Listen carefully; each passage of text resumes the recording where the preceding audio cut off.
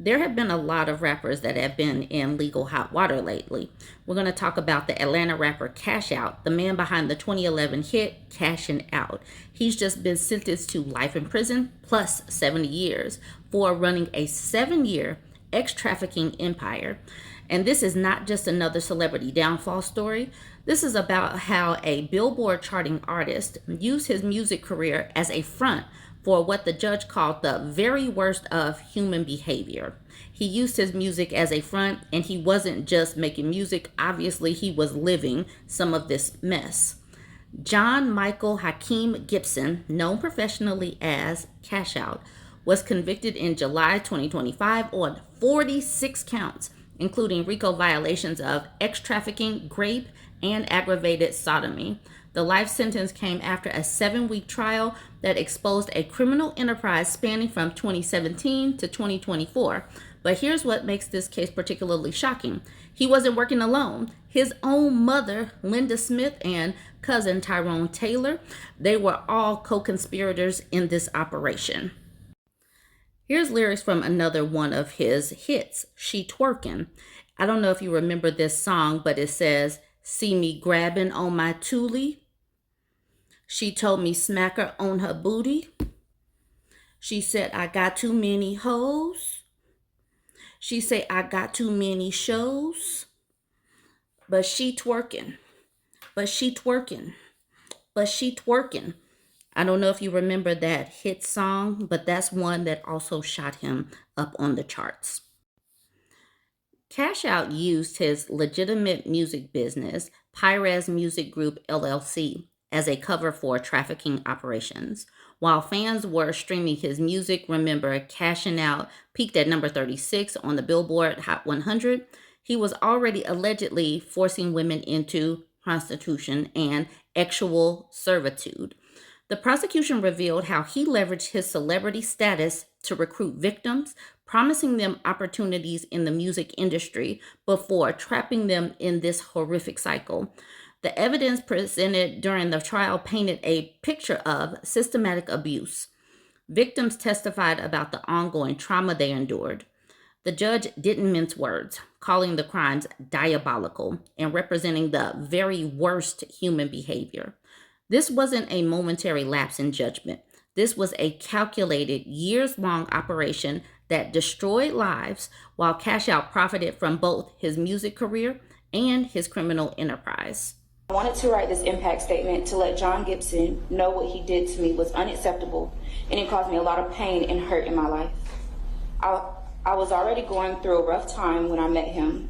I really did trust him when I met him. He promised me that I would get my kids back, which was a big effect on my life because at the time, that's all I wanted was to have my kids in my life. I thought I would be able to go back home, have things for my kids, and be able to get my kids back in my life, but that was empty promises. I have gone through so much since all this happened. I have gone through many doctor's visits. I've done a lot of therapy to try to overcome this situation that affects me to this day. I have PTSD, I have depression, anxiety. It's hard to sleep at night without having flashbacks and night terrors. And I hope that John Gibson, his mom, and cousin get what they have coming to them through this trial. The sentences handed down were severe and reflect the gravity of these crimes. Cashout received life plus 70 years. His mother, Linda Smith, was sentenced to 30 years in federal prison.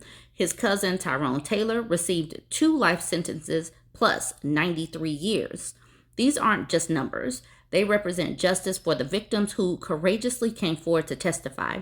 Despite the overwhelming evidence and conviction, Cashout maintains his innocence, but the jury saw through his denials, and the justice system has spoken. No woman could ever say, I done those things to them. Before these dates, you can go on my Instagram and see these women enjoying themselves, having their own things, living their own life.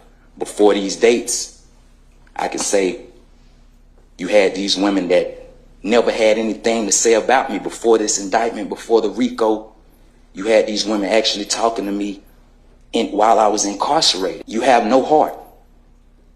You have no heart.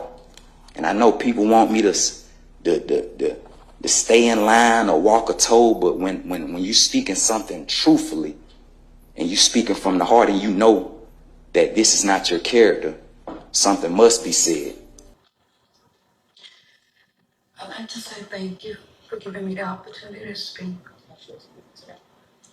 I'm sorry. I'd like to say thank you for giving me the opportunity to speak. Not a day, ever since I turned myself in, I was always prayerful for the victims. I take accountability. I pray for them continuously. I pray for the district attorney's office. I pray for the judge, because that's what God requires me to do. And that's what I truly feel in my heart, because I love God so much. I'm so full of joy. That Friday, when the verdict came in, I wasn't angry at all. Not at all. I almost thought something was wrong with me. So that Saturday, the night before, let me back up. I talked to God like I always do. He said I must give my testimony to the young ladies in the beginnings. And I said, Father God. This case serves as a stark reminder that fame and success cannot shield anyone from accountability when they choose to exploit and harm others, unless you are Diddy, obviously. I just had to throw that in. This conviction sends a clear message that trafficking will be prosecuted to the fullest extent of the law, regardless of celebrity status. The victim in this case showed incredible courage in coming forward, and their testimony was instrumental in securing justice. What are your thoughts on this verdict? Should celebrities face harsher penalties when they use their platform to commit crimes? Let me know in the comments below, and make sure to subscribe for more breaking news coverage.